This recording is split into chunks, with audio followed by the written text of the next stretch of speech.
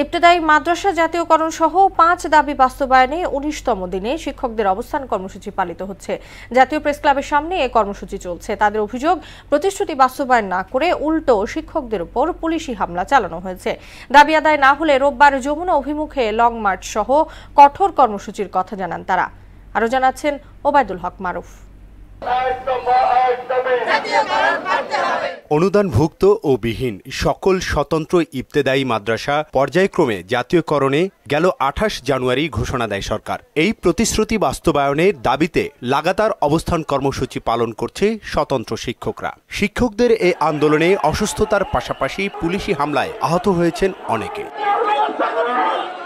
বৈষম্য দূর করে শিক্ষকদের দেয়া প্রতিশ্রুতি বাস্তবায়ন করে তাদের পাঠদানে ফেরাতে সরকারের প্রতি জোর দাবি জানান তারা। বিশেষ করে আমাদের মা বোনরা আসছে, তাদের অনেক কষ্ট হচ্ছে। আমরা কিভাবে যে এগুলা মেকআপ করে যাচ্ছি সেটা একমাত্র আল্লাহ পাক ভালো জানেন। আমরা তো কোনো দেশে যুদ্ধ করতে আসি নাই, যুদ্ধের ঘোষণা দিতেও আসি নাই। তা আমাদের মৌলিক অধিকারটা আদায় করতে আসছি। আমরা দীর্ঘ ৪০ বছর পর্যন্ত বৈষম্য শিকার। প্রাইমারি জাতীয়করণ আমরা কেন বিনা বেতন? আমরা ১ টাকাও বেতন পাচ্ছি না। আমরা আশ্বাসে বিশ্বাস করি না, আমরা প্রজ্ঞাপন চাই। সেজন্য আমরা কষ্ট করে মাঠে আছি এবং ইনশাআল্লাহ থাকবো।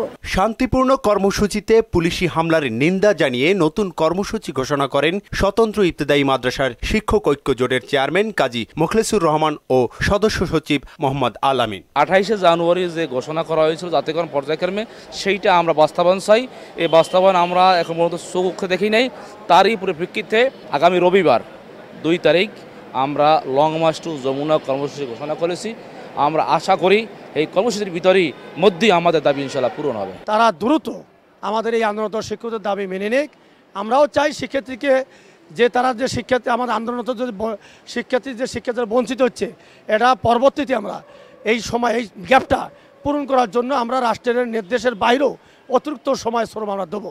দ্রুত প্রজ্ঞাপন জারি করে সরকার তাদেরকে পাঠদানে ফেরানোর উদ্যোগ নেবে বলেও প্রত্যাশা সংশ্লিষ্টদের। শিক্ষকদের দাবি মেনে নিয়ে শিক্ষকদের প্রতিষ্ঠানে পাঠদান করার ব্যাপারে তারা পরিবেশ সৃষ্টি করে। ওবায়দুল হক মারুফ, মহানা সংবাদ, ঢাকা।